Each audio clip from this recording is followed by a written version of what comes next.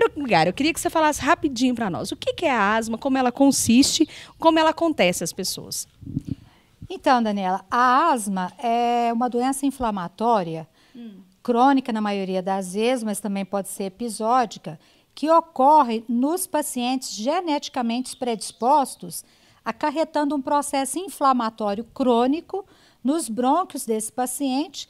Esse processo inflamatório É no pulmão, né? Então, é dentro do pulmão. Os brônquios é a árvore respiratória que leva o oxigênio que nós respiramos até os nossos pulmões. Então, a entrada e saída, esses brônquios são tubos que leva e traz o ar dos pulmões. Passa o ar, né? Com certeza. Então, as pessoas que têm asma, ela tem um processo inflamatório crônico dentro desses brônquios, onde reduz a luz de entrada e saída, né, de ar nos pulmões, provocando tosse, chiado, falta de ar. Que a mais comum é falta de ar, né? Não necessariamente. Às vezes a asma pode ser só tosse. Os três podem vir associados, mas também podem ocorrer isoladamente. Como ela acontece nas pessoas? Então, existem vários tipos de asma. Tem a asma induzida por aeroalérgenos, que contém no ar que nós respiramos, como se fosse uma poeirinha junto com o oxigênio que nós respiramos. No ar que a gente respira, tem ácaros, tem fungos do mofo, tem pólens de plantas, gramíneas, arbusto, pólens de árvores, tem particulados. É como se você tivesse alergia a ar, né? Como se fosse. Então, se a pessoa, por exemplo, tem alergia a ácaro, dependendo da quantidade de ácaro que ela inala, ao chegar nos pulmões, vai excitar um processo inflamatório e a pessoa vai ter a crise. Se ela for alérgica, por exemplo, a fungos, e ela entra num ambiente fechado, onde a concentração de fungo é muito grande, como bibliotecas, como cinema, e ambientes que normalmente ficam o tempo todo, né, em ar-condicionado, esses pacientes vão desencadear a crise pelo mofo que ele não tolera. E existem também a asma induzida pelo frio, existe a asma induzida por esforço físico, ou chamada de exercício, induzida por exercício. Existem pessoas que, ao rir muito, começam a tossir. Existem as asmas mistas, que pode ser por ácaro e também pode ser por mudança brusca de temperatura. Existe a asma aspirínica, por ácido acetil salicílico, vulgo AS, aspirina. Existe também a asma induzida por pelo de animais. São diversos os tipos de asma, mas a mais comum é por ácaro mesmo. E é esta que acomete milhões de pessoas no mundo. Doutora Lindalva, e como que a pessoa que está em casa faz o diagnóstico? É só com aquela falta de ar mesmo, ela tossir? Como que é? Esses são os principais sintomas? Então, o diagnóstico da asma, normalmente, ele é feito em 4 etapas. A primeira etapa é uma boa história clínica. Saber do paciente, primeiro, se ele tem história familiar. Ela é genética? Ela é genética. É uma doença de caráter genético. Então, saber se tem na família, se teve.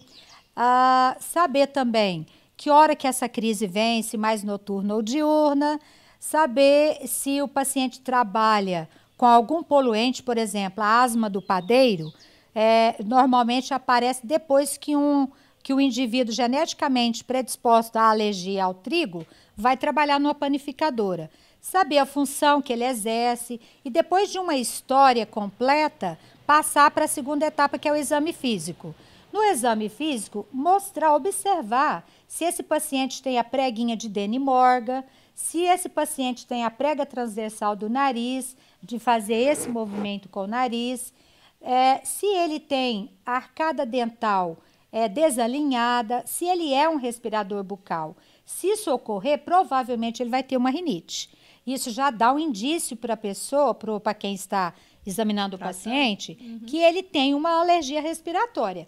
E quase sempre os pacientes que têm asma também têm rinite. Então, se você encontra alguns dados nesse paciente que nos leva a pensar que ele é alérgico, fica mais fácil, porque também existem tosse por outros motivos, por doenças cardíacas e também em crianças que têm cardiopatias congênitas. Às vezes as pessoas confundem asma com essas doenças. Aí tem que tomar então, cuidado, tem né? que tomar muito cuidado na história clínica, fazer um exame físico bem feito, que é a segunda etapa. A terceira seria passar pelos testes alérgicos no sangue, na pele, definir qual é a causa dessa asma com os testes alérgicos. E fazer a prova de função pulmonar, que é indicado para crianças acima de 6 anos de idade, que é onde a gente mede o fluxo que essa pessoa consegue exalar dos pulmões após encher o pulmão de ar.